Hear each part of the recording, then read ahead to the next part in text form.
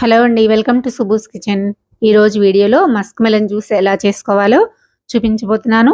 ఈ సమ్మర్లో మన ఒంట్లో వేడిని అలానే నీరసాన్ని తగ్గించడానికి చాలా బాగా హెల్ప్ చేస్తుంది ఈ సమ్మర్ స్పెషల్ డ్రింక్.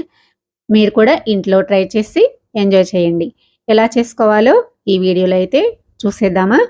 ముందుగా ఒక చిన్న గిన్నెను తీసుకుని ఆ గిన్నెలో 1 స్పూన్ వరకు సబ్జా గింజలను వేసుకొని కొంచెం తగినన్ని వాటర్ వేసుకొని ఒక 10 నిమిషాల పాటు పక్కన పెట్టేసుకుందాము.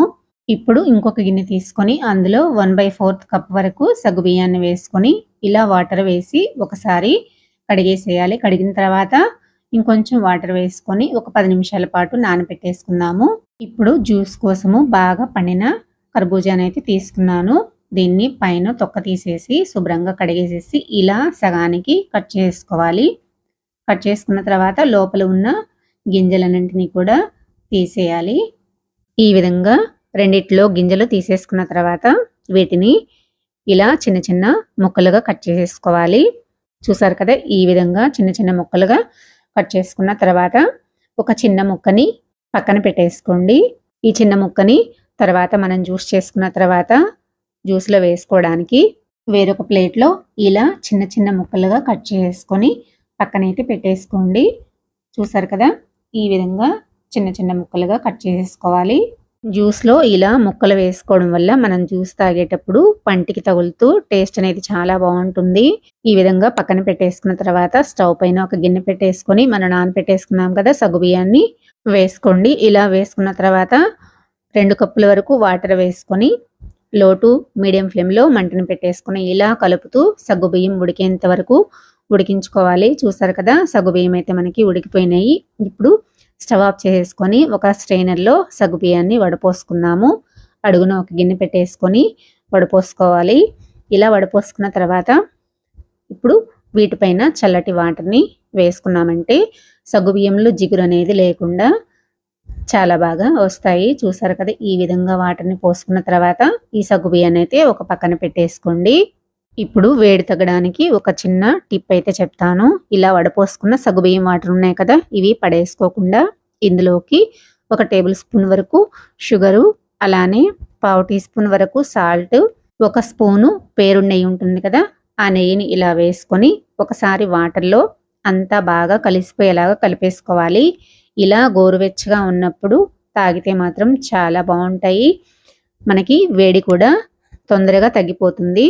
ఈ టిప్ నచ్చినట్లయితే ఇంట్లో తప్పకుండా ఇలా ఒకసారి ట్రై చేయండి. ఇలా కప్పులో వేసుకొని కనుక గోరువెచ్చగా ఉన్నప్పుడు తాగామంటే మనకి ఒంట్లో ఉన్న వేడి మొత్తం తగ్గిపోతుంది. తప్పకుండా ట్రై చేయండి. ఇప్పుడైతే ఒక మిక్సీ గిన్నె తీసుకొని ఇందులోకి మనం కట్ చేసి పెట్టుకున్న కర్బూజా ముక్కలన్నింటినీ కూడా ఇలా వేసేసుకున్న తర్వాత ఇప్పుడు ఈ జ్యూస్లోకి నేను స్వీట్నెస్ కోసం తేనెని వాడుతున్నాను. మీరు కావాలంటే తేనెకు బదులు షుగర్నైనా వేసుకోండి. షుగర్ అంత హెల్దీ కాదు కాబట్టి హనీ ఉంటే మాత్రం హనీనే వేసుకోండి. చూసారు కదా, హనీ వేసుకున్న తర్వాత ఇప్పుడు ఇందులోకి 2 కప్పుల వరకు కాచి చల్లార్చిన పాలను వేసుకోవాలి. ఇలా వేసుకున్న తర్వాత ఇప్పుడు మిక్సీ అయితే వేసేసుకున్నాము. చూసారు కదా, జ్యూస్ అయితే తయారైపోయింది. ఇప్పుడు ఒక బౌల్లోకి జ్యూస్ని వేసేసుకొని మనం ముందుగా ఉడకపెట్టేసి పక్కన పెట్టేసుకున్నాం కదా సగ్గుబియ్యాన్ని కూడా వేసేసుకోవాలి. ఈ విధంగా సగ్గుబియ్యాన్ని వేసుకున్న తర్వాత నానబెట్టేసుకున్న సబ్జా గింజలను కూడా వేసుకోవాలి. ఇవి కూడా వేసుకున్న తర్వాత కట్ చేసి పెట్టుకున్న కర్బూజా ముక్కలు ఉన్నాయి కదా, వాటిని కూడా మొత్తం వేసేసుకోకుండా సగం వేసుకొని మిగతా సగం డెకరేషన్ కోసం పక్కన పెట్టేసుకోండి. ఈ విధంగా వేసుకున్న తర్వాత ఒకసారి బాగా కలిసిపోయేలాగా ఇలా కలిపేసుకుంటే సర్వ్ చేసుకోవడానికి జ్యూస్ రెడీ. ఈ జ్యూస్ని ఫ్రిడ్జ్లో పెట్టేసుకొని 1 గంట తర్వాత సర్వ్ చేసుకోండి. లేదంటే మీరు ఇప్పటికిప్పుడు సర్వ్ చేసుకోవాలనుకుంటే కనుక ఇలా ఒక గ్లాస్లో ఐస్ క్యూబ్స్ వేసుకొని సర్వ్ చేసుకోండి. జ్యూస్ అయితే చాలా బాగుంటుంది, చాలా హెల్దీ కూడా. ఈ సమ్మర్లో ఇలా స్పెషల్ డ్రింక్ తయారు చేసుకొని మీరు కూడా టేస్ట్ చేయండి. టేస్ట్ అయితే ఎలా వచ్చిందో తప్పకుండా కామెంట్ చేయండి. నా వీడియో నచ్చినట్లయితే లైక్ చేయండి, సబ్స్క్రైబ్ చేయండి, షేర్ చేయండి. Thanks for watching.